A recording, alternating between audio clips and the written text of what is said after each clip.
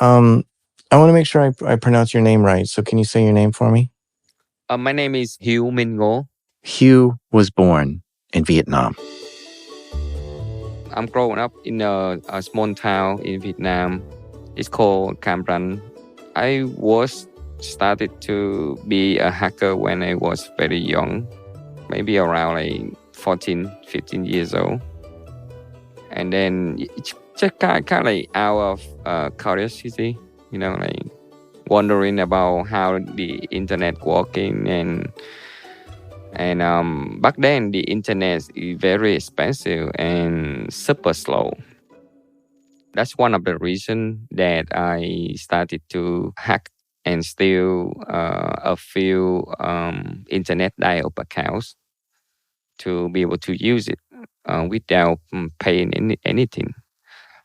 That's kind of like my first time I got into trouble when I was like 15 years old. This was around 2004, a time when 56K modems were the most popular way to get online. And the way it worked is you dialed a phone number and connected to the ISP that way, and they would connect you to the internet. But the ISP would charge you by the minute to go online. Can you imagine that, being charged for every minute you're on the internet? That's how it worked back then. You couldn't afford that. So he figured out a way to use someone else's account, basically stealing someone else's ISP connection to get online. And that meant other people were paying for him to get online.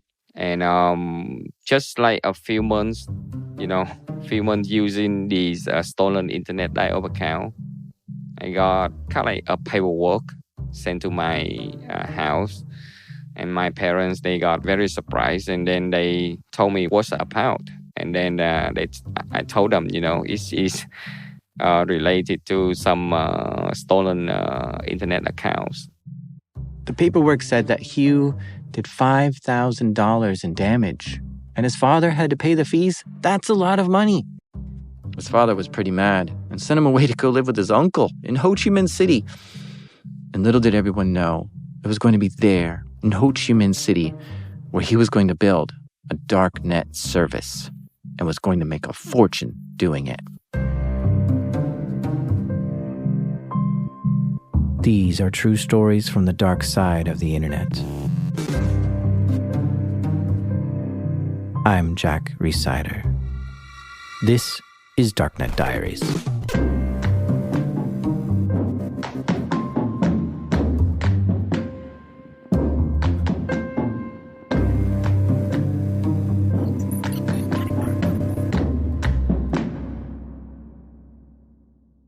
His dad recognized that Hugh was really into computers. And Ho Chi Minh City is a big city that has better schools to learn computers. And so Hugh got enrolled in classes and started studying. His parents would check in with him to make sure he was doing his schoolwork. I was learning a lot. I was learning about like web programming. I built my first website, HughPC.com, I remember. He was learning about operating systems, networking, and cybersecurity all at high school. He really loved computers and was hooked on learning more. I went to the internet cafe, to use the internet because internet at my house is very slow. So I went to the internet cafe, and the moment, I been there, I passed to one of the computer screen, and I saw that computer screen is kind of like very dark, some kind of like dark background, and the font size is very weird, and also like the color of the text is also like look cool, like green color and stuff like that. And I asked the guy, what's this forum about? And then he told me it is about the dark web in Vietnam. Ooh, Vietnam's dark web? That sounds interesting. You ready to go there? Hugh was fascinated by it. He learned how to access it, where to go. For him, it was like finding a whole hidden place online, filled with really fascinating stuff. Hacker forums, forbidden item marketplaces. It really emphasized the power of the internet. This was all unregulated. The government, the police, they can't stop what goes on the dark web. And that really fascinated him. There's this whole section of the internet where anything goes. They're talking about hacking. They're talking about, like sharing sensitive information. and also like bank account, and also some hacking techniques too, and it got me, wondering how they did that. Yeah, but so I think maybe a normal person would look at that and say, wow, there's stolen stuff here, there's illegal things here. Right. Maybe this isn't for me. Maybe I should go back to the clear web. Right, that's true.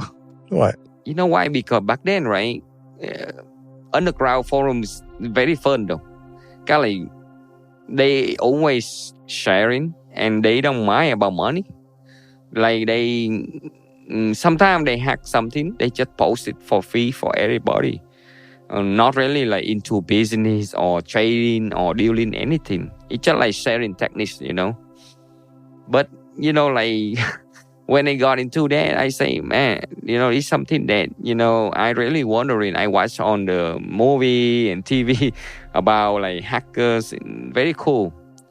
That's why, I say, yeah, I want to learn that. I want to be a member in that hacking forums, underground hacking forums. So this became his obsession, how to hack. What are the techniques? Like, he would learn about a vulnerability and then use Google search queries to find websites that were vulnerable. And it was like the whole internet opened up to him in new ways. He was finding that thousands of websites are vulnerable to a variety of different attacks. And he was just getting into one after another with simple techniques like default passwords and SQL injection. But the extent of the damage he was doing was he just hacked into the site and put something on the website that said, pwned by Hieu PC, which is the name he was using at the time, and also the name of the website that he made as a teenager. But the whole time he was just curious, not using his access to make any money or stealing anything. He just liked learning and liked the excitement you get from getting into places that you're not supposed to be in. It made him feel clever and smart and powerful, and he was teaching others how to do it. After all, he was still in high school. I share a lot of like hacking techniques and that, also like social engineering techniques. But the thing is, like the more I share, the more the people they know about me on these underground hacking forums, and eventually they voted me as an administrator in one of these forums, very popular in Vietnam. And after that, I joined a few forums in Russia, and even like in the Eastern Europe as well too. So I keep learning, but the thing is, when really making money, before that, it's just sharing for free, sharing the knowledge, sharing the techniques.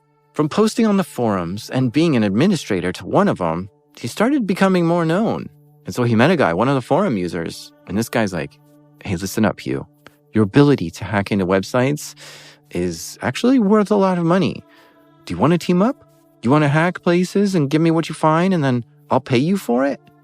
The guy explained how together they can make all this money, and Hieu didn't have much money at the time and was interested. And like when talking about money, when was very young, I say, man, like I saw the people making a lot of money too by using like stolen identity and credit card, and like to make some money and be able to buy some stuff is very cool, right? Like some technology stuff or some new devices, something cool for myself without asking my parents. So that's why, I say, yeah, okay, let's do it. And then the guy, he moved to my apartment, living with me. And then I, during the night time, after the school, I started to hack a lot of e-commerce websites. E-commerce sites, like places you go to buy things online, like clothes or computers, kitchen items, travel tickets.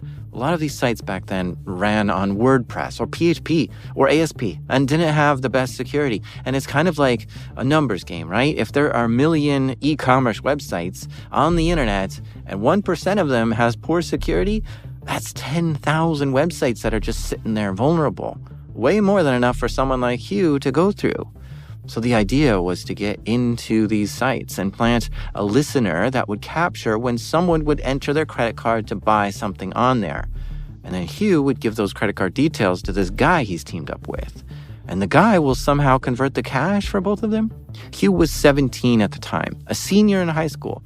And so after school and on the weekends, Hieu and this guy would get busy scouring the internet for a vulnerable site to hit. Back then, a lot of websites, right? They use like the language called PHP or ASP. It contains a lot of vulnerabilities. And then I searched on Google with those keywords, some of the Google Doc that to be able to find out for me on the list of the website. And I put on the customized tool that I program. And then I just click scanning and it just kind of like automated scanning for the vulnerabilities. And then it will give me the list of the vulnerable website. And then I will exploit that to be able to obtain the credit card information. Okay, and so what was the first site that you made money from? The first website is, I remember it's located in the UK. Right, that website is still very popular nowadays in the UK. But I don't want to mention that. That's fine. But yeah, what kind of site is it? Is it banking? Is it a... No, that's website is e-commerce website selling like electronic stuff. And in that website, it got single injection vulnerability. So you found a website through Google Dorking in your scans. Right. You tested it for SQL injection. It worked. And what is that feeling like to get into a website using SQL injection?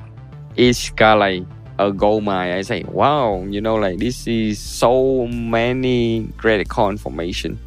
Like a day, so excited though. Like the feeling is kind of like you control something. You have a power. You feel like you be able to plug into anything if you have time and you have the resource, and you feel like you're on top of the world. You can be able to get anything, and I feel like so excited. Like it's hard to say to explain that, but feel like so happy, technically so happy though. Like, do you give each other a high five, or do right. you? Me and him, we give high five and hugging. I say, yeah, we did it. We got it, and I think we will be able to make a lot of money from this. Not just selling the information, but also like using that. And he's so excited, and we was laughing the whole night. I remember. And we was very young. Back then he was like 18 and I was like 17. And he said, yes, let's do this way. We use all the credit confirmation, right? Every day we was getting like slowly around like 50 to 100 credit card from that website alone. And we was playing on the poker website. Of course they took the stolen credit cards to a gambling website. I should have guessed. No, they weren't actually gambling with it. What they were using this poker website for was to launder the money. See, back in the late 2000s, online poker casinos didn't always have the most strict security and verification controls. They were happy to take anyone's money, whether it was stolen or not. So he created an account at the casino, loaded it up with as much stolen money as he could, and he might make 3 or 4 of those kind of accounts, and then he would have all those accounts join a poker table where his buddy was in, and just try to lose as many hands as possible as he could to his buddy. Then his buddy would get all the chips and cash them out at the local bank. This technique is called chip dumping. Now, the casino was aware of these sort of things and would try to spot people doing this, so he had to do things to avoid the fraud detection, and his tricks were working. And we was able to make in like a day, like 1,000 and 1,000 USD a day. And then we split the money like 50-50. I spend on like, I use that money to spend on stupid stuff, vacation, and also like taking girls out and, Like easy money, easy go, technically. Can you imagine that setup? A hacked website is supplying them with a constant stream of 80 new credit cards a day. And they'd take those cards, deposit the money into a casino, move the chips to another player, cash it out, and then go spend that money on something fun. Like, where do you even focus here? Do you want to get more credit cards or cash out more at the casino or just enjoy a good time with all the money you have? For them, it was all of that. They wanted more cards, and then they'd be busy trying to drain them all as fast as they could to launder the money. But as Hieu found more and more sites vulnerable to his attacks, he was sometimes stumbling upon whole databases of customer credit card details. Websites shouldn't be storing their customer credit card details like that, and this was even a surprise to him, but this meant sometimes he could find thousands of credit cards in a single day. Eventually, I went back on the underground hacking forums. I sell the information. Visa and MasterCard, I sell for like 50 cents for one information. And American Express and Discover call, I sell from $1 to $3. Different. That sounds so cheap. Right. So Very you're cheap. telling me the full credit card information was, you were selling that, and the people could take that credit card and buy something for a few $100s with that, right? Right. That's true. They can go on eBay and buy, or back then very easy though. You can just use the stolen bank account, or stolen credit card information. You deposit into PayPal, and then you withdraw. It's so easy. Yeah. You just take a few days and few weeks to be able to get the real money out. And I'm surprised you were selling it so cheap, though. Very cheap though, because so much information. That's crazy cheap. Usually cards are like, I don't know, $10 to $50 per card, because theoretically each card should be worth a few $100s before fraud detection kicks in to make the card invalid. Rarely I'll see them for like $5 or less, but 50 cents a card? Wow. And that's what Hieu was selling them for, because he just had so many. Because he just kept finding more and more e-commerce sites that were vulnerable to SQL injection, which means the website's form field wasn't as secure as it should be, right? So he can go and type something onto a form field in a website, and that triggers the vulnerability. And suddenly he can see like whatever's in the database, like an admin's password hash. And then he could crack that password hash and log into the site as the admin. And sometimes that alone would give him credit card details to the site, because some sites did not treat their customer credit card data properly. It show everything on the admin panel. Like you just click on the customer option, right? It show you the list of customer, and when you click on the credit card information, it pop out credit card information. I mean, when I hear that, I immediately think that's a PCI violation. PCI is payment card industry, and for you to be able to accept credit cards for your business, the credit card company has to verify that you're properly storing customer credit card data.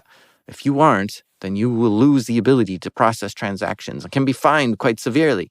So Hieu kept focusing on finding more and more sites to hack into and take all the customer credit cards that the site would store in their database. And he spent years doing this, mostly selling the cards in bulk on the dark web. He was finding and selling tons of credit cards. More than 100,000 credit card information.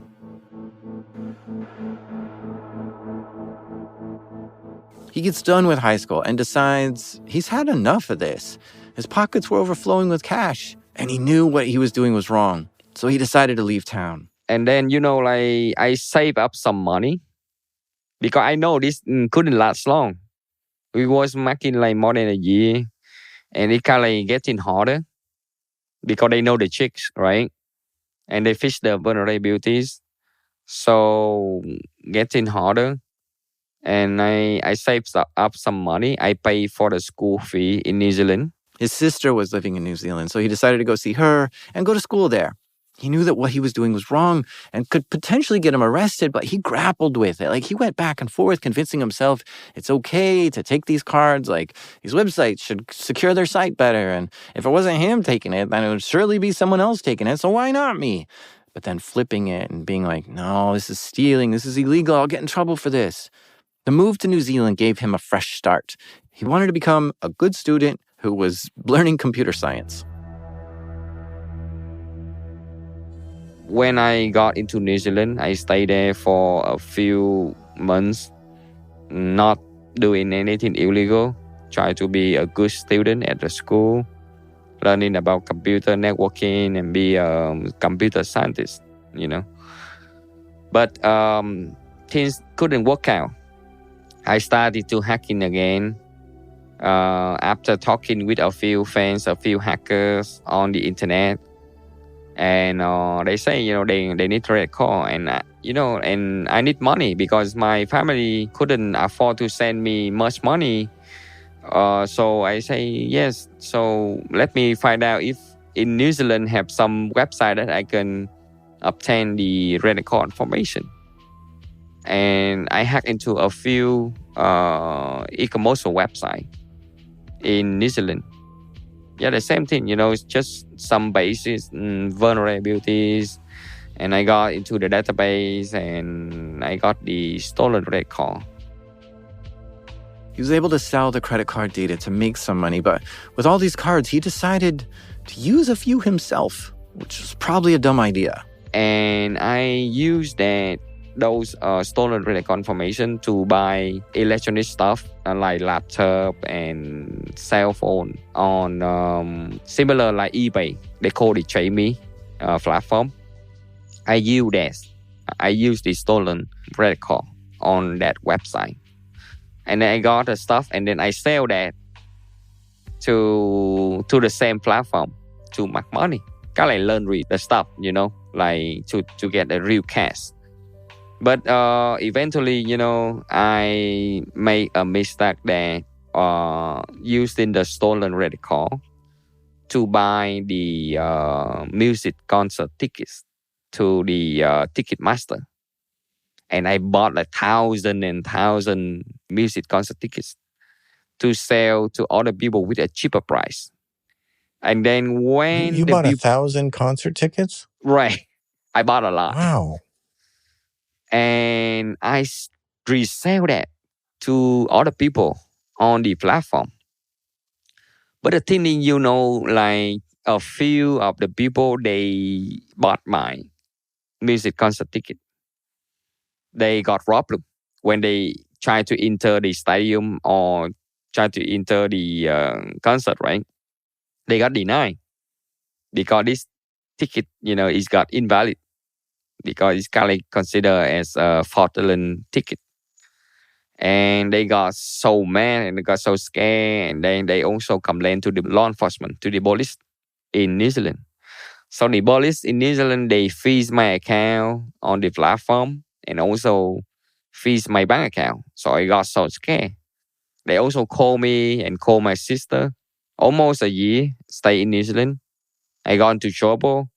And the moment I got that phone call from the law enforcement, I got so scared. I bought the ticket. I ran away. I ran back to Vietnam. Oh boy, Hieu was on the run. The police were now looking for him, but he was able to get away and find refuge in Ho Chi Minh City in Vietnam. He escaped the police and didn't suffer any consequences from this. Lucky break. We're going to take a quick ad break here, but stay with us because this is not going to be the last time that the police go looking for him. His operation is about to go stratospheric. Hieu gets back to Vietnam. He's around 20 years old at this point. He goes to see his mother and his father, and they heard about his fraudulent concert ticket thing, and they were mad. They scolded him. They shamed him. And Hieu was just lying back to them. I give them all the false promises, I told them, I will be a good boy and will be a better person, not doing anything illegal. You kind of feel like very ashamed, So my mom, she was crying a lot. But back then I was like 20 years old, 19 years old. Try to be a good person. I didn't touch the computer within 6 months when I got back from New Zealand.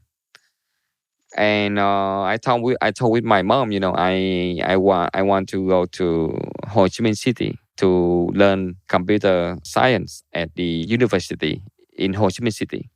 My mom and my dad, they kind of believe me that I'm kind of like a changed person, and Hopefully this time will be the last chance for me.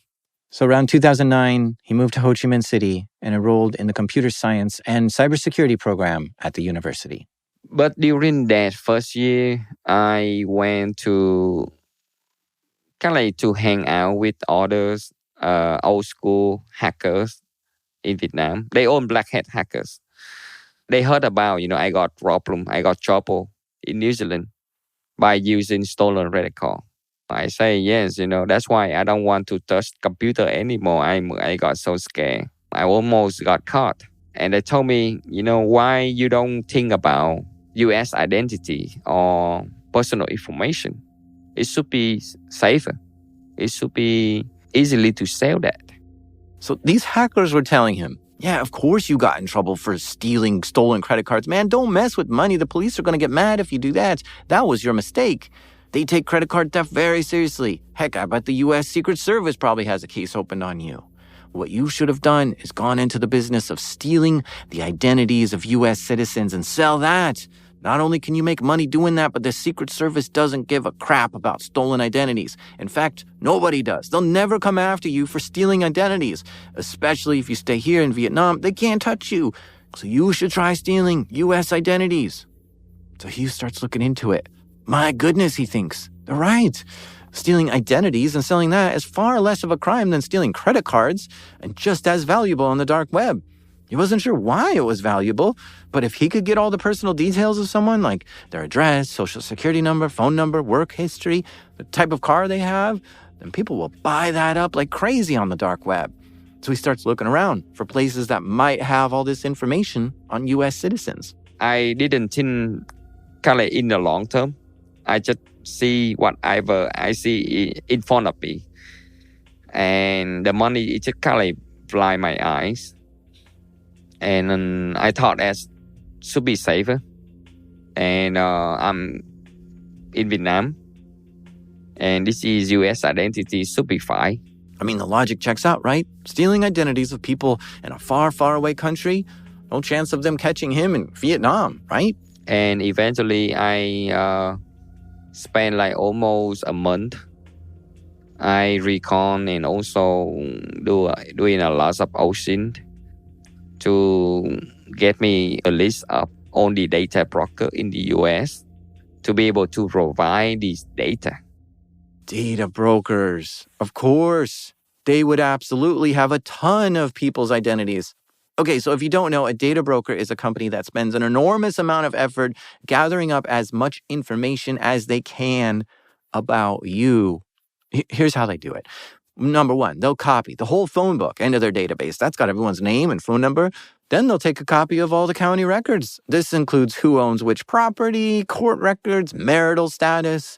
Then they'll look at your social media account and scoop up any photos that you have taken of yourself and posted, email addresses you list, affiliations, like which school you went to or place you work. Like LinkedIn is being scraped by data brokers all day, which you personally have told what your skills are, who your coworkers are, where you work, and what you look like. Now, to me, that's already spooky enough that someone would go through all this trouble to get all this data on me by doing all that. But some data brokers go far deeper and are way more sinister at getting data on us. They have been known to install trackers on your phone, which typically just comes along for the ride on popular apps. Like a data broker may pay an app developer to put a tracking pixel on the app so that they can track people even more. This means data broker is often collecting cell phone data, which could include your phone number, the app usage, but more interestingly, up-to-the-minute location information. Some data brokers go even further and set up antennas around town and watch what phones interact with those antennas, and they can track your phone's location that way. Some have been known to put little sensors on roads to identify which cars have passed down that road and take pictures of license plates going by too. Of course, purchasing history is important to them. I've heard stories of data brokers buying your purchase history data from retail stores. And if you don't know, a lot of retail stores are very closely tracking all the purchases you make with your credit card and have a complete history of everything you've ever bought with that card in their store. Sometimes they even track where you are in the store and what you stop to look at to see what interests you. And yes, absolutely, data brokers are buying up all this data that the stores are collecting on you because this consumer behavior is worth gold to these data brokers. So why do these data brokers do this? Why do they go to such great lengths to build databases on us? Because there's a lot of people who are willing to buy this data. Your data is very valuable. And I'm not talking about selling it on the dark web. We'll get to that. Data brokers often sell their data to law enforcement. And this has been a growing problem over time. I feel like law enforcement has found a loophole to ignore the Fourth Amendment. As a refresher, the Fourth Amendment says you have a right to privacy from the government. The government should not be able to see into your life without a warrant or probable cause. But they are through data brokers. There's something called a third-party doctrine now, which says if you give your data to a third party, you no longer have a reasonable expectation of privacy from that data. So that means if you have money in the bank can share your data with the government without a warrant. And law enforcement can purchase your location data from a data broker without a warrant because it's commercially available data. Data brokers are trying to ruin the Fourth Amendment. And I want you to look a little closer at where this data is coming from. Yes, a lot of it is publicly sourced, but a lot is not. A lot is data that you think is just private between you and the party you trusted your data with. But they're selling that data to others. And so if you think it's safe and secure, but it's secretly being scraped and sold, I would say that's spying on you, which the government isn't allowed to spy on its own citizens. I mean, mass surveillance is against the law flat out, but they can get away with it because data brokers are the ones doing the spying and the mass surveillance, not the government. And then they're selling it to the government. Now, I've tried to remove my digital footprint as much as possible, but there are still things that I'm forced to do, which hurts my privacy, and I hate it. Like, for instance, anytime I see a doctor, I can't do it under a fake name. They have a strict policy where I have to prove my identity in order to get medical treatment. And then my medical records are being passed around to millions of people. HIPAA isn't there to protect our privacy. It's there to assist others to get our data. The portability part of it means they're making it easy to package up our data and send it to whoever asks for it. And there are millions of people and entities that can access HIPAA and patient data. Second is banks. There are laws in place where the banks have to verify who you are before they do business with you. Know your customer type stuff. And the banks are forced to report certain activity to the government. So millions of customers' banking data is going to the government again without a warrant. Lastly, I hate all this public record stuff. If I buy a house, get married, go to court, start a business, get arrested, all that is public record. And it gets abused all day, every day, because it is. I have no choice when it comes to these matters. My banking history, medical information, marital status, there's no way to opt out of any of it.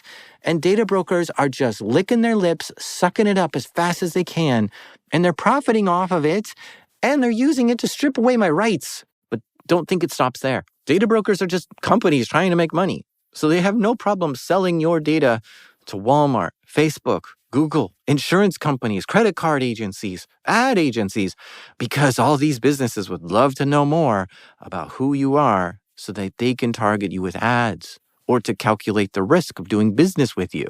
And these data brokers absolutely do not want you to know they exist. They do a great job at hiding their presence in the world.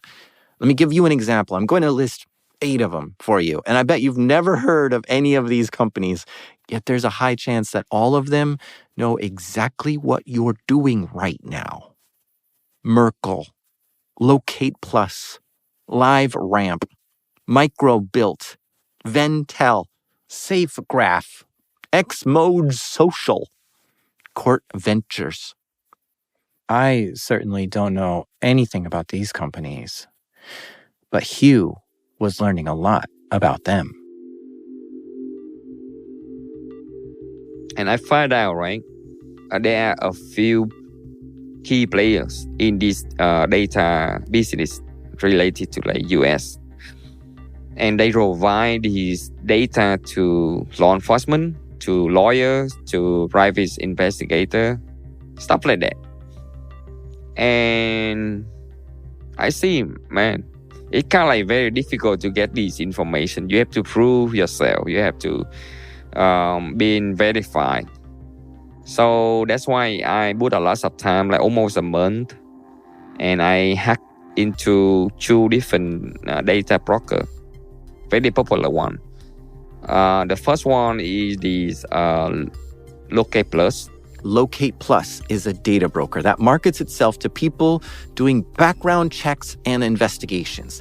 They get their data from criminal records, property records, the phone book, and also gather social security numbers and date of birth. The first one I hacked into is the Locate Plus, and the second one is the Microbuild. Microbuild collects data on U.S. citizens, which includes criminal history, employment history, address history, and social security numbers. They also keep records of your utility payments, rent payments, loan payments, and stuff like that to see if you pay your bills on time. The big credit bureaus use this one, like Experian and Equifax, because your credit score is a reflection of how well you pay your bills. But not only that, landlords use Microbuild, employers do background checks on it, and lenders look to see how much of a risk you are before doing business with you. So the 2 companies, Locate Plus and Microbuild, I hacked them a few times. First, single injection. The second one, the file upload vulnerabilities. And the third one, cross-site scripting. When I got into their database, right, I steal the customer logins of their platform. And then I use that to be able to log in into the platform and market queries. Okay, interesting. He didn't get into the main data broker database. Instead, he was just able to get into the web portal side of things, which had user accounts. And that's the people who use the site to do background checks and lookups with. He was able to steal some of their logins. So now he could log into the site and use it as if he was a lawyer or a cop or an investigator who's been vetted by the site to look up anyone's data. I can search your name, the state that you've been living, or the city you live in, and that's all. It will pop out the possible people identity related to that name and in that city. And you can get the social security number, driver license, on the previous 10 years addresses that you've been living, even the current one.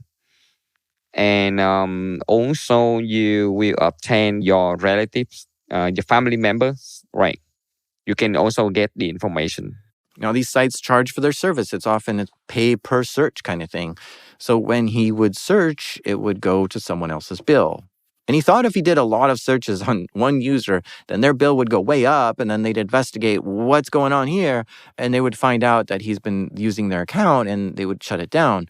So he would cycle through all the accounts he had to spread out his activity.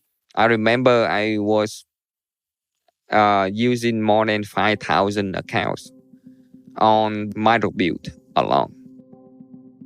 So with his access, he could look anyone up and get their full name, maiden name, phone number, email address, where they live, address history, social security number, driver's license, where they work history, and the VIN number for their car.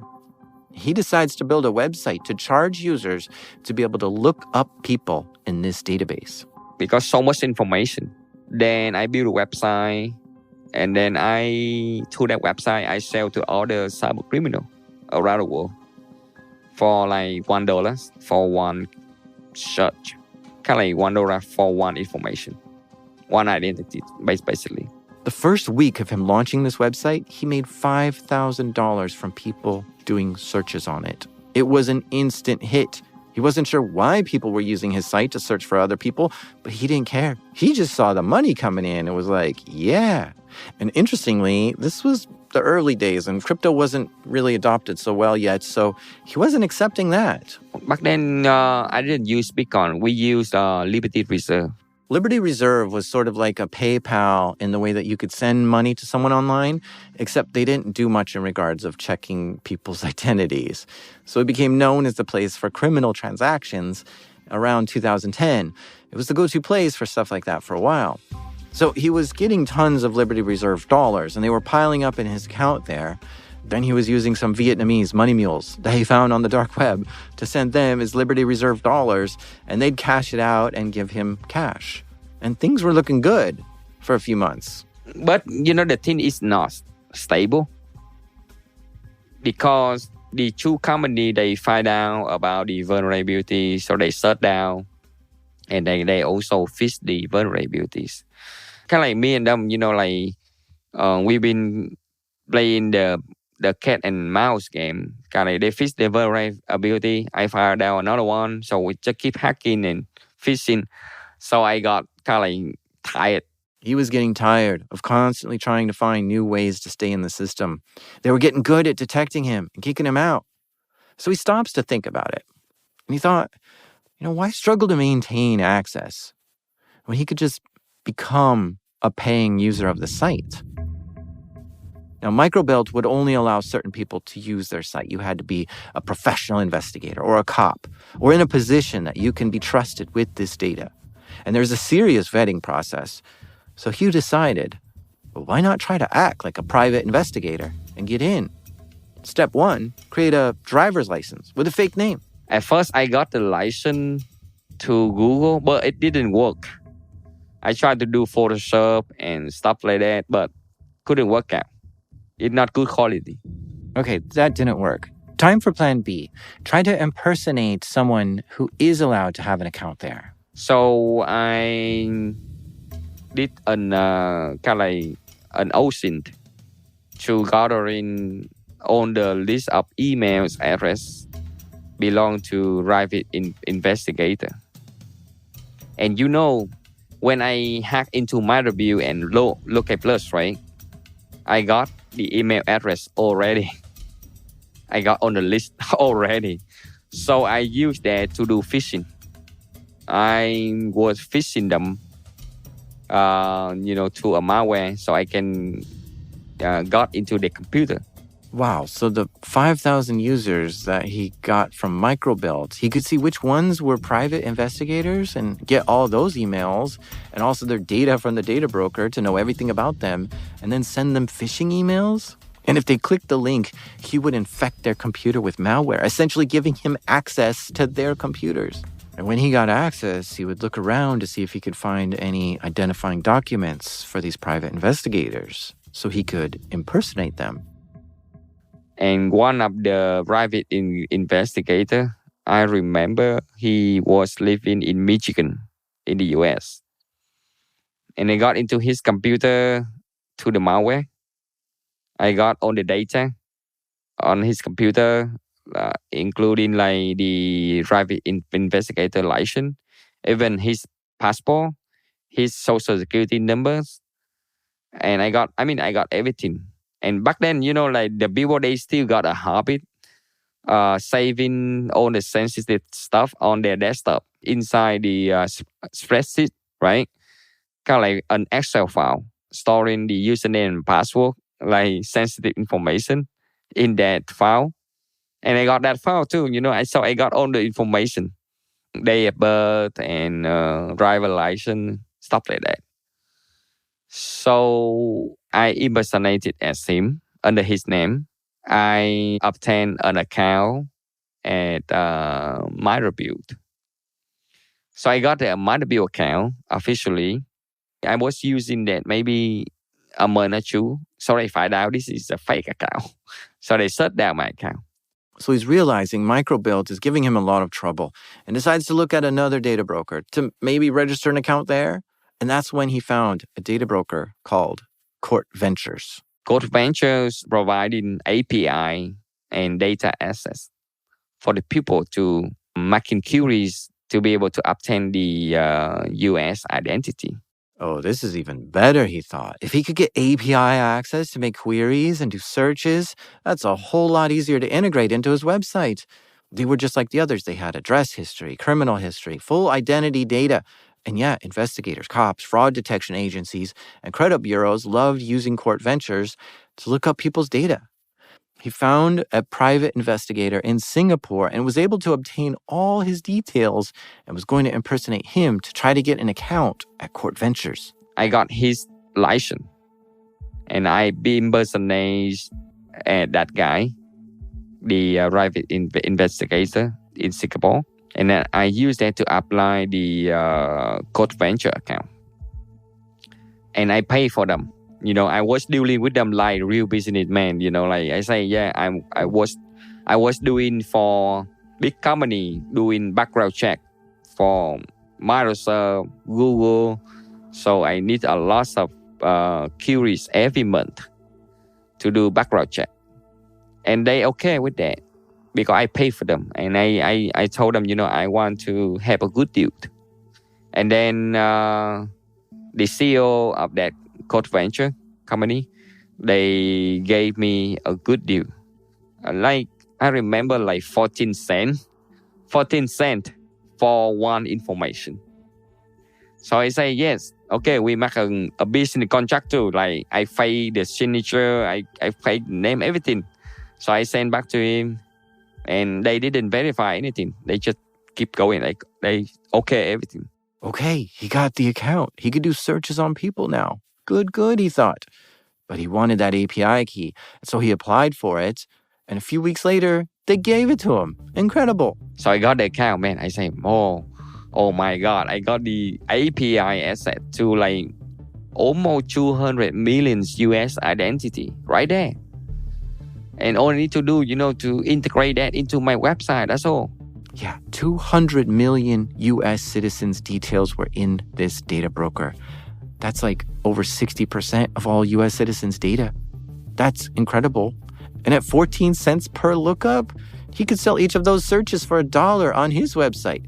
His grand plan was starting to come together. So at that time, my website is still on the clear web. Like anybody can gain access. But most of the clients that I have is all cyber criminal around the world. And technically, I didn't care whatever they've been using this identity.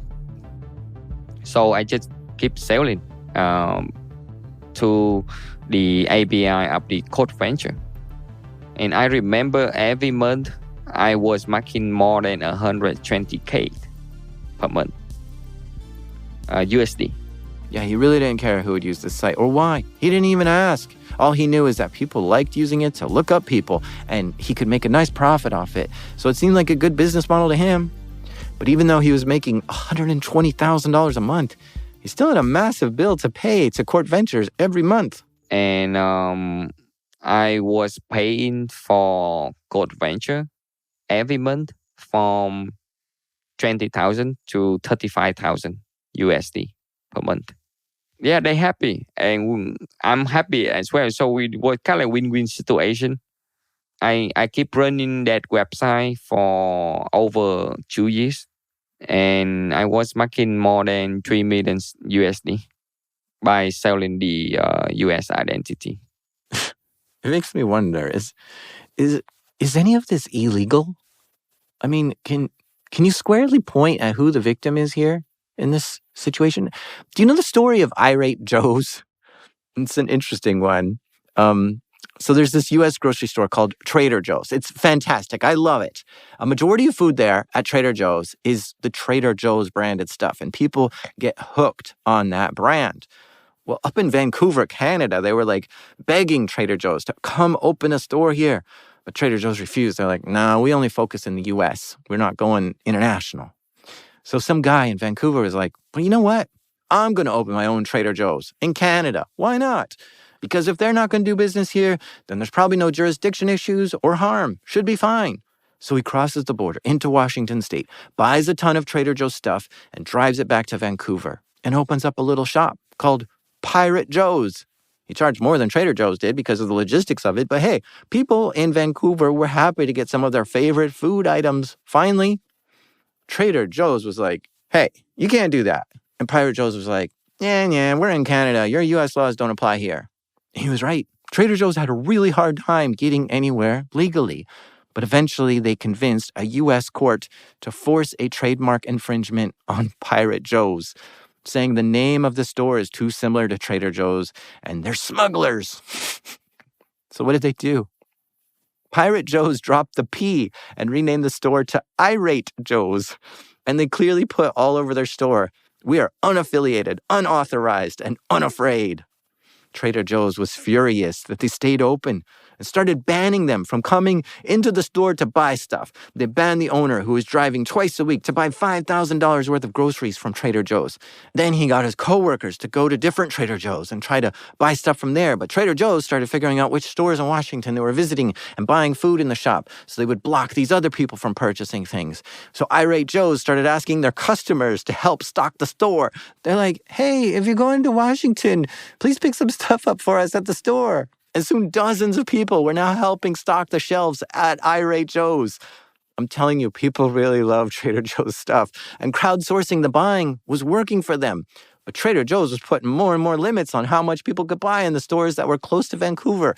The guy who owned irate Joe's is like, bro, I'm your biggest customer by far. I buy more than anyone else in this store. What is your deal? We're not asking for anything special. We just want to buy what you have.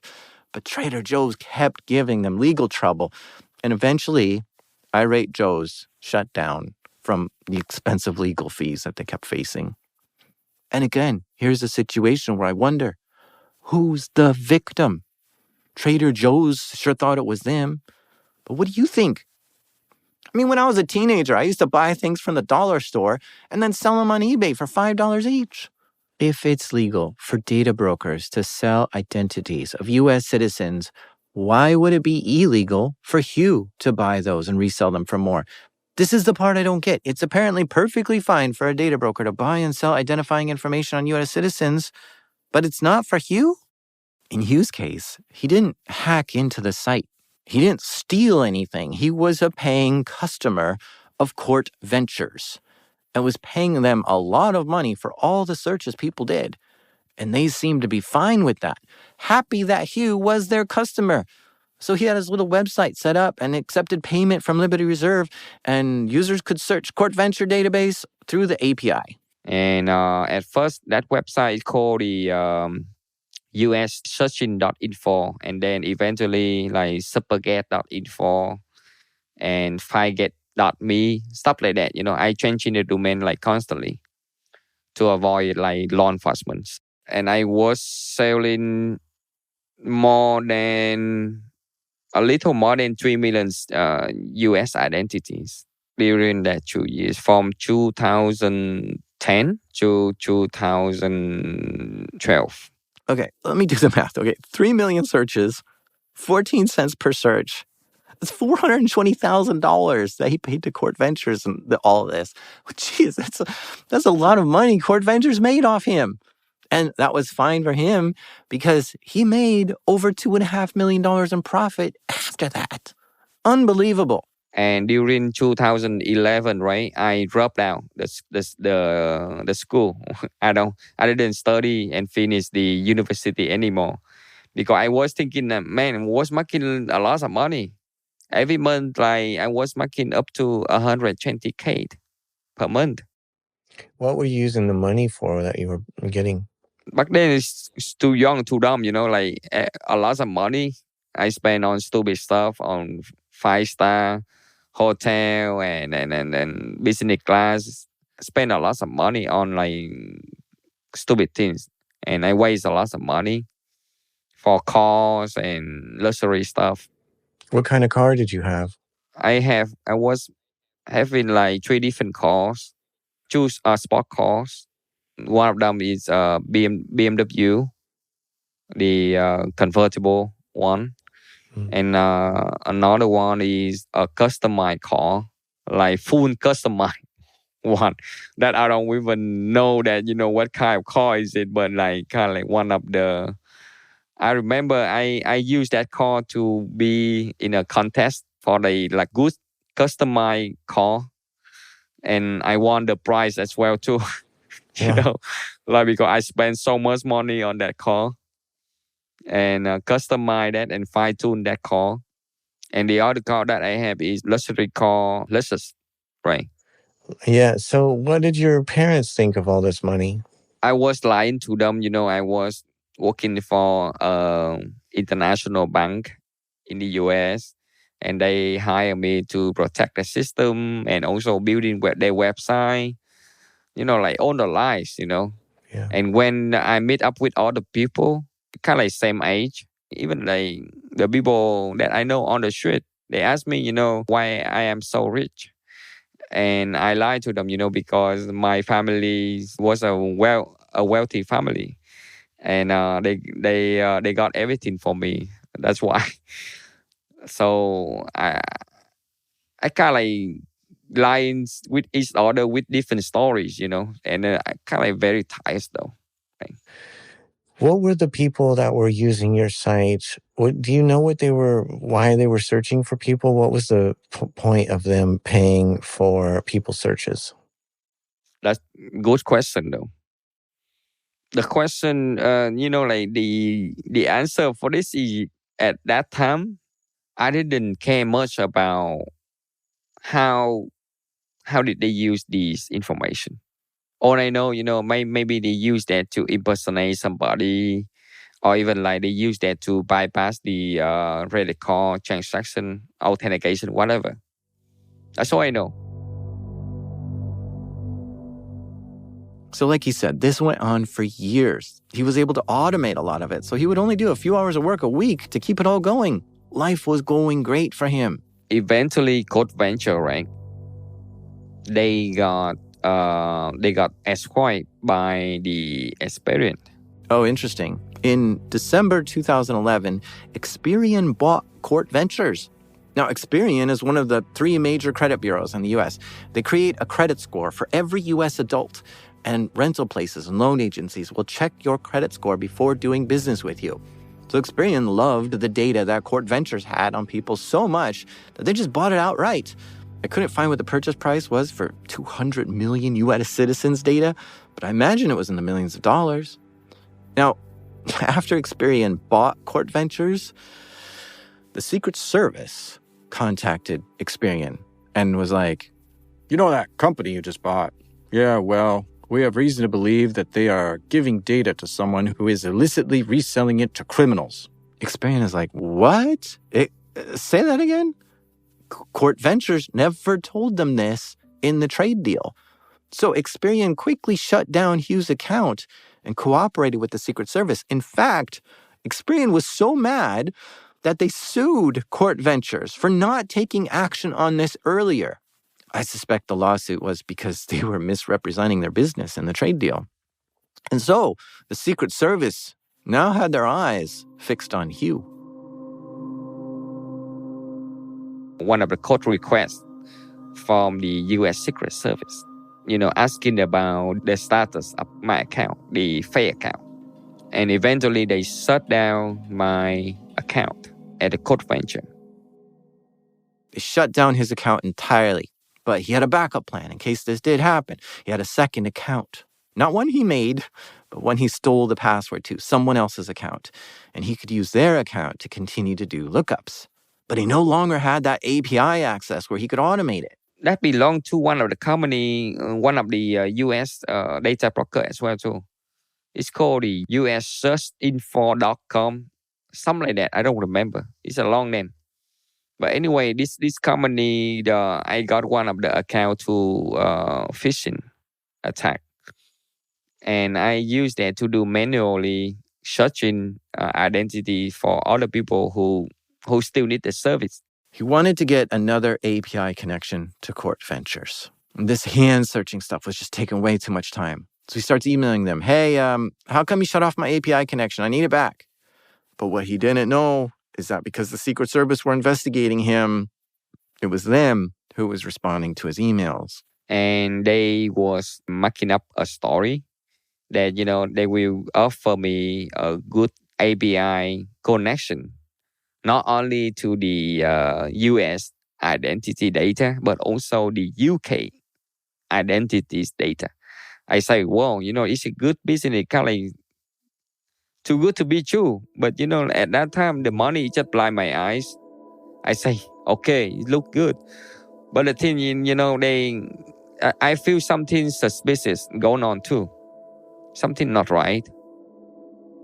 Apparently, there was another guy that was doing the same thing as Hieu, also reselling data broker data.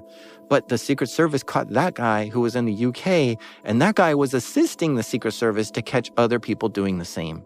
So that's what felt off to Hieu. He was talking to both the Secret Service, an agent named Matt O'Neill, and a guy from the UK named Mark, who got caught reselling identities. His name Mark.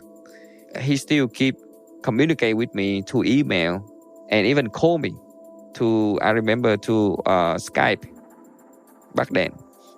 And they say, they want me to go to the US and also go to Australia or go to Hawaii. I say no, I don't want to go there. But Matt O'Neill and Mark, they collaborate together and they lure me to Guam. They told him if he can meet them in Guam, they'll give him all the things he needs for his API access. And they made up a story of why they need to meet him in person. Something like, the big boss really wants to meet you. You're one of our best customers, and we can get the contract signed right then and there. And then we can open the big party, so we can have fun together. And then you can fly back to Vietnam, everything good. So he decides to fly to Guam, which is kind of near Southeast Asia. He figures it's the closest option that they gave him and looks safe. I didn't do any research about Guam. I thought it's just like an island. Nobody care. And I heard that some of Vietnamese people, they live over there as well too. Maybe it's fine. If any problem, I will, go to talk to my people, asking for help. And then I bought a ticket. And then I went to Guam with my sister because back then my English is not really, really well. And I went there with her together. And the moment I landed at the international airport, they escorted me to U.S. Custom Office. And that moment, that right moment, I just feel like, man, something going on, something fishy. Yeah. And then they told me, sit down here, we want to talk to you a little bit. And I was so nervous. Kind of like, I was trembling, man. And I was shocking. I say, man, something not right. They put a stack of the paper, like, I remember, like maybe like 10 inches thick, very thick documents. And they told me, we know about you. We know everything about you. Maybe more than your family knows about you. And that moment I say, man, it's over. It's over. And that's it.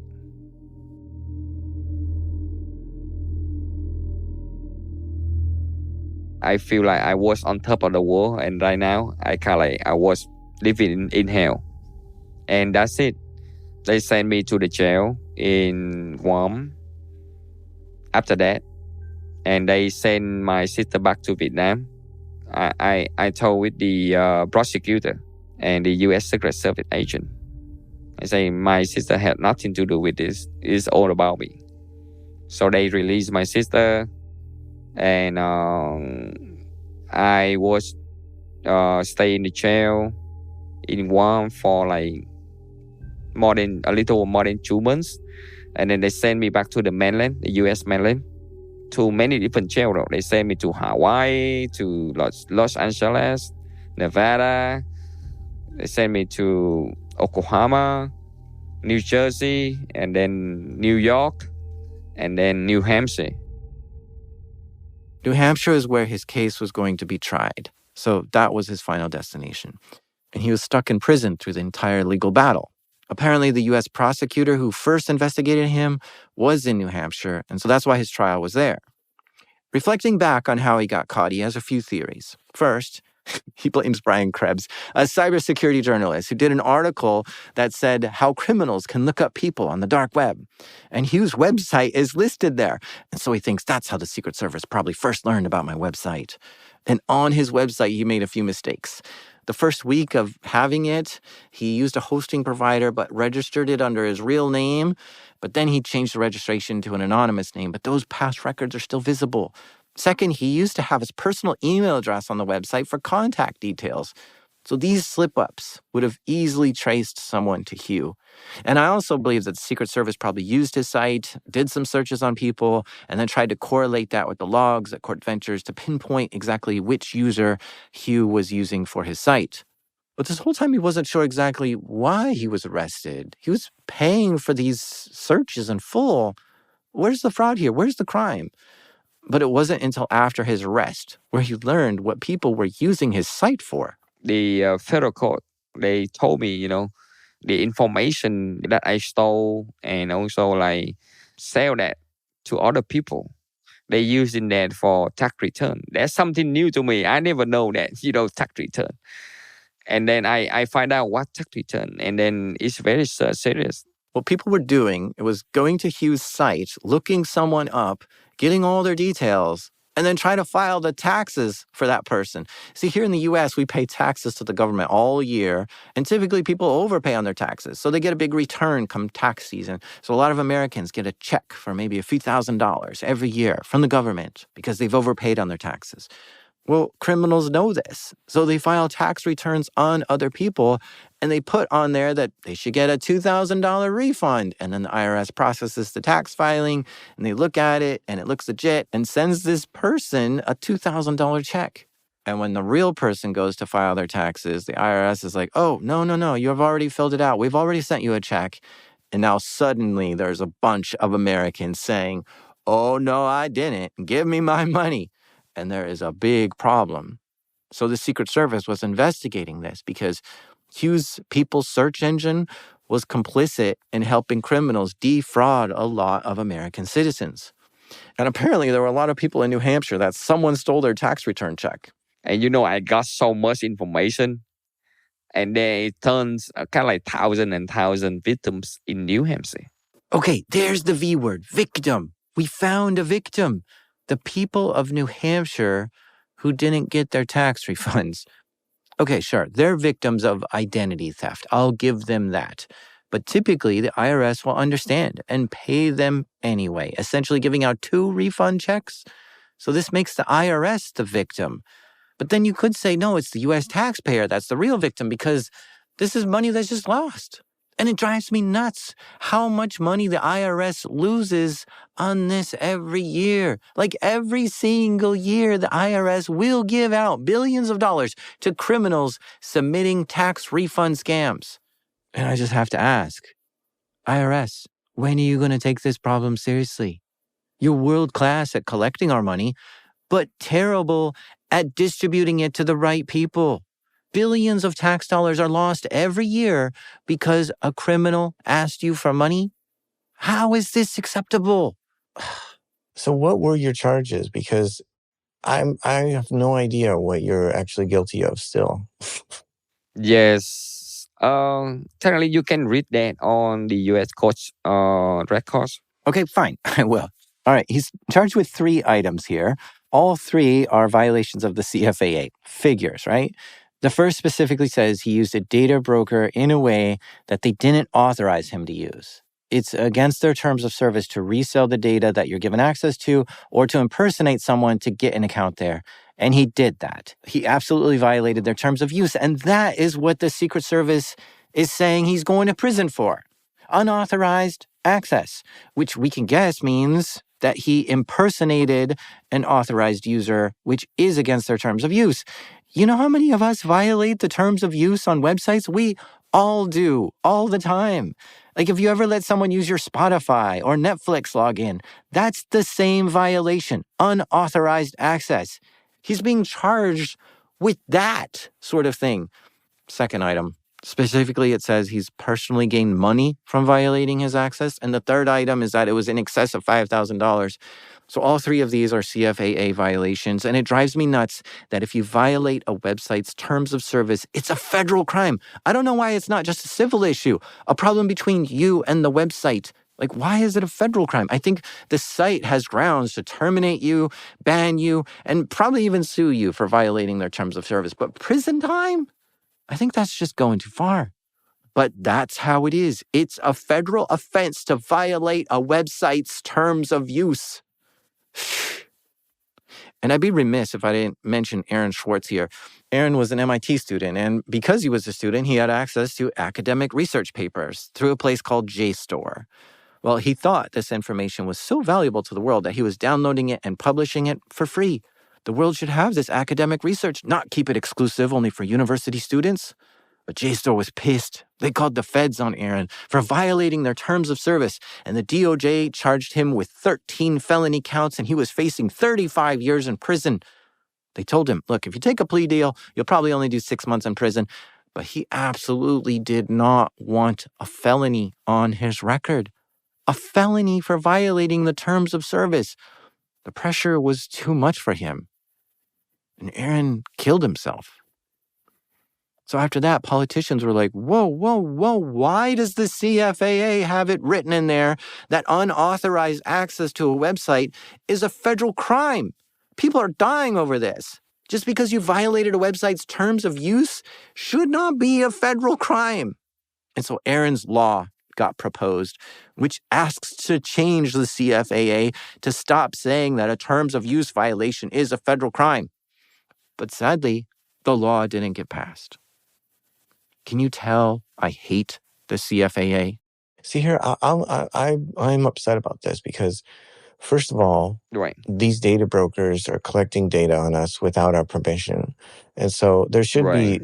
they should be the ones that are doing illegal things. Second of all, they're selling this data for 14 cents per lookup. You're selling Very it for cheap. $1 per lookup. Yeah. So Right. it's the only real thing here is that you're saying, hey, I'm doing an upcharge for this and giving access to more people. It's not really stolen data. It's actually paying for the data as you're using it. And Right. you're right. The unauthorized access is a CFAA violation, and I could see them saying that. But I'm Yep. just so frustrated about this because you didn't do any money laundering in the U.S. So for them to say you did Right. money laundering there, it's not true. You did that in Right now. Vietnam. So Right. I'm just frustrated on your behalf. I know, but the thing is why is it though? That's how it works. And also the damage amount that they put in my case is very huge though, like over 60 million USD. The prosecutors were saying he caused $60 million in damage. And of course, they didn't explain how they came to that number.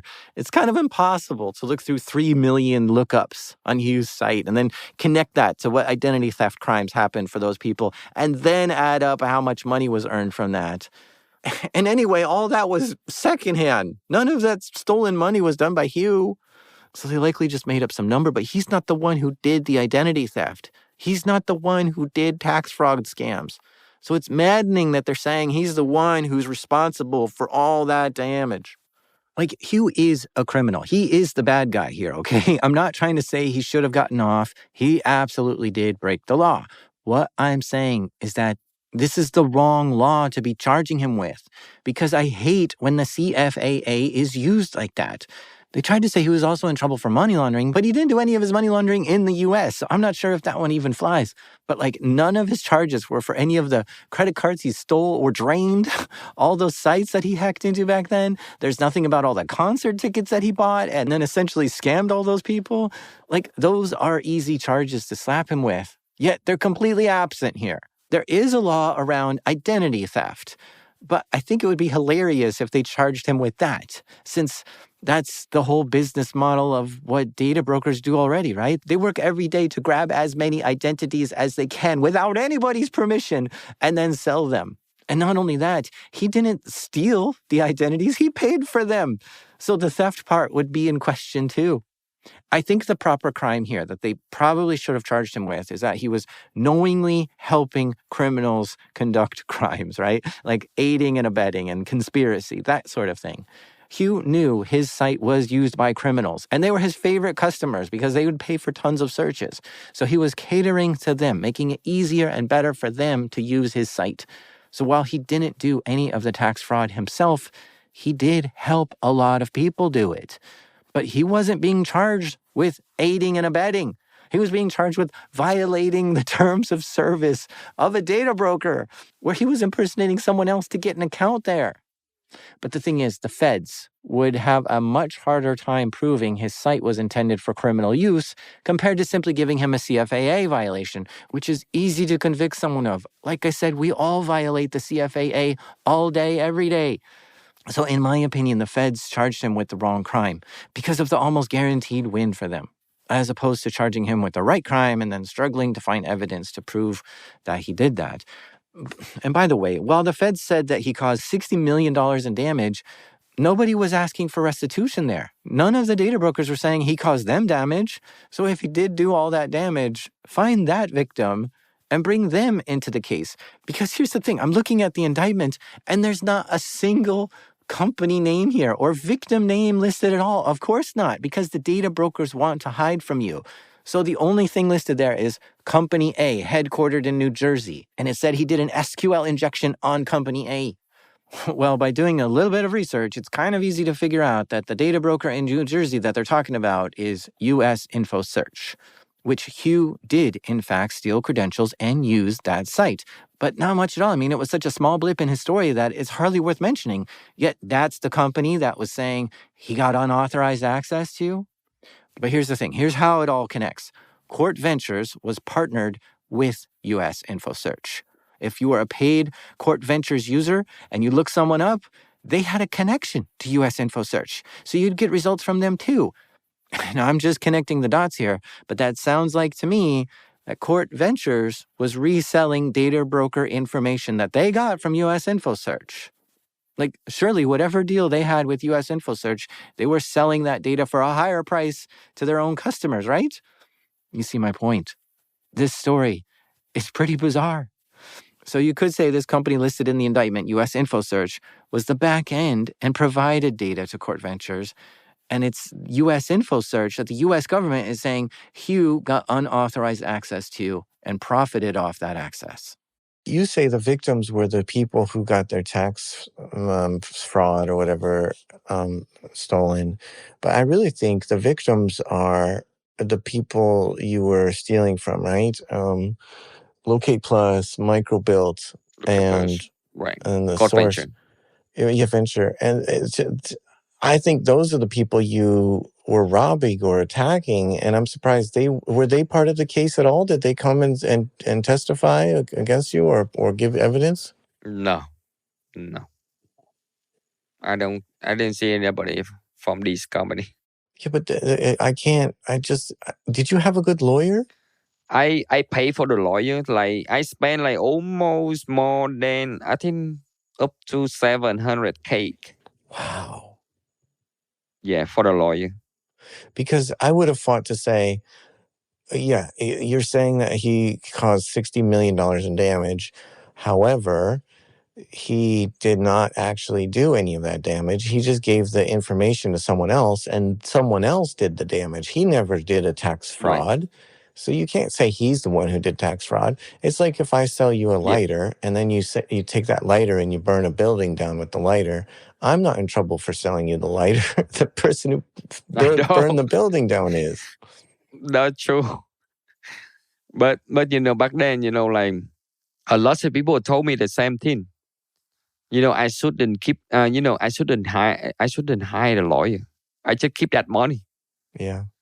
But like my family, they so worry and they just look up on the internet. Oh yeah, this is good lawyer, like good rating, like 5-star rating, international lawyer, whatever, in New Hampshire. Like professional one.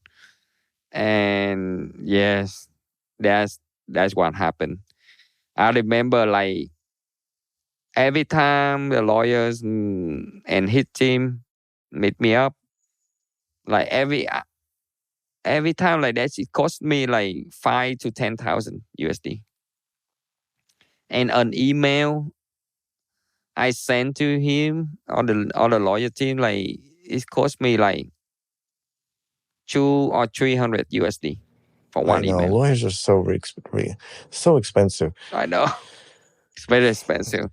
But it was easy money, easy go. So for real, I don't really complain about it. Like because end up at the end of the day, it's kind of like dirty money. You know, another thing that really bugs me about this whole thing is neither Microbuilt, Locate Plus, or Court Ventures ever told their victims that there was a database breach. No, they never say, even until now, I searched about them and they never mention anything about that. Even though it's really happened to them. What scumbags. I have no sympathy for these data brokers. I absolutely hate them. They take my data without consent. I can't even opt out if I want. They don't protect it. And when it's lost in a data breach, they don't even have the decency to tell me that my data that they gathered on me got loose. Hieu was desperately trying to get his lawyer to help him. But here's the thing, there's a 99% conviction rate when the feds slap you with a CFAA violation. In all the cases of the feds accusing someone of a CFAA violation, I've only been able to find 2 or 3 cases that the defendant actually won. The rest were people pleading guilty or found guilty in trial. And so the chances of Hieu getting off were slim to none. He tried to fight it, but everything they tried just kept getting denied by the courts. And after a few years of fighting, Hieu got tired and was running low on cash. My lawyers explained to me, I may lose the trial. I may get up to like 45 years in federal prison. 45 years. And I got so scared. All the charges, like all combined together, not only from New Hampshire, right? But also from New Jersey as well too. So I got two criminal charges from New Hampshire and New Jersey.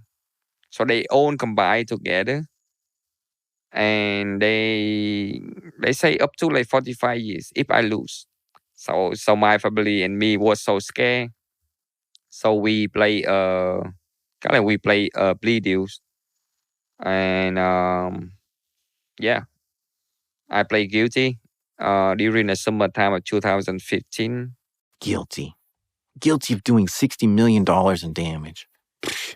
When your sentence came up or during a plea deal, did you offer to give up your money to reduce the sentence? How did that go? Oh, yeah. My family also asked them, they want to give back all the money. But they say no, they don't need that. Yeah. Really? Right. They don't need money. They don't need any assets, and then they don't need anything. So it's what is it. So, but the thing, I spend a lot of money on lawyer. Yeah. On during my incarceration as well too. Like for foods and medication and stuff like that. So they didn't take any of your money or property or cars or anything? No. They didn't care. They say they don't need that. They just want you. They just want me. After pleading guilty, he was sentenced to 13 years in prison. 13 years for getting access to data broker data, which he wasn't authorized to access. At this point, I'm wondering, what if, instead of Hieu accessing data broker data to sell that, what if he just made his own data broker business, for anyone to access? Would that be illegal? Like if Hieu copied all the data out of the phone book and all the court records and the county records and scraped some LinkedIn data to build complete profiles on millions of people, that's all public information, right? And it wouldn't have been that hard for him to do because he's a clever guy. Are there laws that he would be breaking if he sold that data? I guess what I'm wondering is, are there laws that data brokers have to follow? Well, I had to stop and look into that. Basically, yes, there are data broker laws, and often states regulate them. And the gist of the laws is that data brokers have to prove that they aren't selling their data to criminals. I mean, think about all the dangerous household things we probably all have, right? Box cutters, a hammer, matches, lighters, gasoline, bleach. These are all things that can cause a lot of harm and destruction, right? Yet, when you go to buy them, the store doesn't verify your intent. They're not like, hey, what are you going to do with that box cutter? You have to prove to us that you're going to put it to good use. Yet, that's how data brokers treat their customers. Their customers have to show proof that they have a legitimate reason to search their data, and they're on the approved list of okay people. Apparently, it's not good enough for data brokers just to say, hey, you can't use this for malicious intent. They have to verify every single user to try to prevent any of them from using the data maliciously. So the approved list is people like law enforcement, marketers, investigators, loan agencies, those sort of people. And that distinction is very fascinating to me. Data brokers are legal, but only if they sell their data to an exclusive group of people. And I don't like that, not one bit. I mean, of course, I don't like that there's a business out there buying and selling my personal information. That's gross. Go get a real job, all right? But I think I might have a hot take here. I don't like that they only sell their data to a certain group of people. I wish they sold it to anyone. Only people in some exclusive club can look up my data, a club that I'm not allowed in. I mean, the reason why states regulate data brokers is because if anyone could search those databases, then we'd all be flooded with scammers and identity thieves and stalkers. But to me, that's not the problem. To me, the problem is, one, I don't even know how much data those data brokers have on me. And two, I don't even know who has my data. Like, if I could somehow feel the sting and pain every time my privacy is lost, I would take my privacy way more seriously. So, like, I know there's probably apps on my phone that are sending real-time location data right now to a data broker. And if someone took that data and saw where I was and came to my house and knocked on my door, well, of course I wouldn't answer because I never answer my door. But I just imagine them continually pounding on the door like, hey, I know you're home, answer the door. Your phone is sending me real-time location data to me right now. I'd immediately be like, wait, what app is sending you my location data? And I think having a scary moment like that would absolutely force me to uninstall apps that are tracking me. So my hot take is that stalkers aren't the problem here. It's the obsessive collection of my data. That's the problem. If data brokers open themselves up to let anyone search their site, we'd all be way more private and secure because we'd all be taking huge steps into protecting our privacy way more seriously. When we don't know what's out there, we don't think it's a problem. And they're trying to hide that from us. Of course, the data brokers say they take our privacy seriously, and security is their top priority. Yeah, well, until it isn't. Hieu got into 4 different data brokers, all by himself, and it didn't look like it was that hard for him to do. Not only that, there's news story after news story of data brokers getting hacked into. The biggest one is when Equifax got breached. If the data brokers were so worried about their data getting into the wrong hands like scammers and stalkers, then don't collect it at all. Because if there's one thing I've learned about doing over 160 episodes on hacking, is that you will fail at securing your network and data at some point. There is no safe way to collect and store my personal data, much less sell it. The regulators think forcing data brokers to vet every user is stopping criminals from accessing the data. But clearly, criminals are in fact accessing the data. Since when do criminals follow regulations? So really, all the regulations are doing is stopping people like you and me, normal citizens, from being able to see what's in there. There are so few people who truly understand what is happening in this data broker world, since they like to operate in the dark, in the shadows of the internet, and they work hard to keep everyone else in the dark. I want to believe that someday privacy will be in style again. And we just need enough cool people to tell us it's worth wanting. Because data brokers has a bad aesthetic. Surveillance is sterile. It's cold, gray, and depressing. There's nothing cool or romantic or aspirational about being trackable down to when you're peeing or having sex or eating or sleeping. Yet these data brokers are feverishly trying to know all of that about you and build a complete behavior profile on you, and then selling that to millions of people who are on the allowed list. I hope someday wanting privacy doesn't make you a weirdo, but it makes you cool.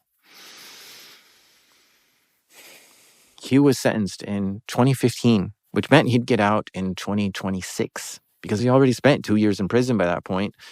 And it was there in the New Hampshire prison where he learned English and studied all kinds of things. The police asked if he could share his story with others to teach them how the dark net works and all that. So he cooperated and told his story and was trying to self-rehabilitate to get out early. But when he was in prison, he heard some news which really crushed him. That Liberty Reserve website was seized by the feds, and the owner was caught. I heard on the news that he got caught. And the thing is, Hieu had a lot of money still in his Liberty Reserve account. But when the feds seized the site, they seized all that money too. How much did you lose there? I was saving up over there like a little more than 300K. Wow. You know, I was thinking, man, I will go home and they will get that money. But, you know, the moment I heard on the news during my incarceration time in 2014 or 15, and I say, man, it's over. No more money. So he continued serving his prison sentence, staying out of trouble, and because he had good behavior, they let him out early.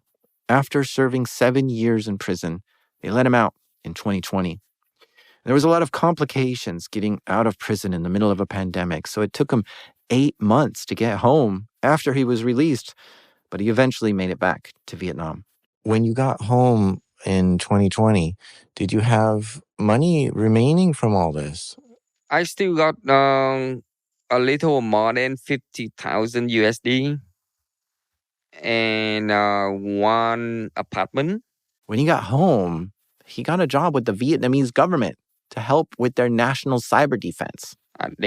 They so-called the NCSC, the National Cybersecurity Center, and been working there for like 4 years.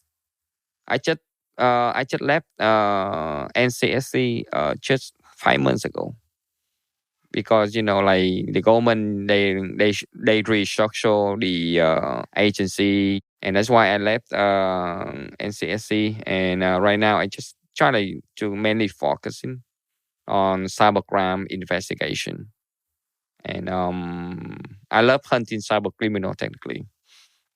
And to the day I got home until now, I have been law enforcement in Vietnam and other country as well to arrest more than 200 cyber criminals. He says he also enjoys helping victims of scams and identity theft by educating them on what options they have and helping them regain control of their life and use the law to help them out. In fact, it sounds to me that Hieu feels pretty bad for all the people who got scammed from his service. I feel like, I owe a lot to the people, especially the people in the US. I hurt and harm so many people's lives. And I always feel ashamed about it. So he wants to be clear that he is sorry for anyone whose identity got stolen and lost money from his website. He truly feels bad about it and has apologized publicly multiple times and wants to try to do what he can to correct the wrongs he's done, which is why he's helping victims now and works with law enforcement to catch cyber criminals in his home country.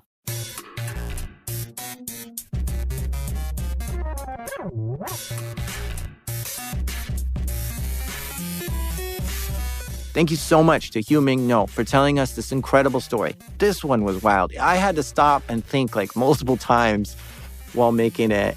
And I love a good story that puts me in deep thought like that. And I hope it did for you too. I recently read a book about data brokers, which was extremely eye-opening, and I encourage you all to read it. It's called Means of Control by Byron Tao. Check it out. It's a total page-turner. You will not see the world the same again after that. Don't forget, you can pick up some really cool shirts at our shop. I guarantee you will find a shirt you love there. Go to shop.darknetdiaries.com. This episode is created by me, the hack street boy himself, Jack Rhysider. Our editor is the #slashing Tristan Ledger, mixing by Proximity Sound, and our intro music by the mysterious Breakmaster Cylinder. They say if you don't pay for it, then you're the product. But what if you pay a data broker to look up your own data? What then? This is Darknet Diaries.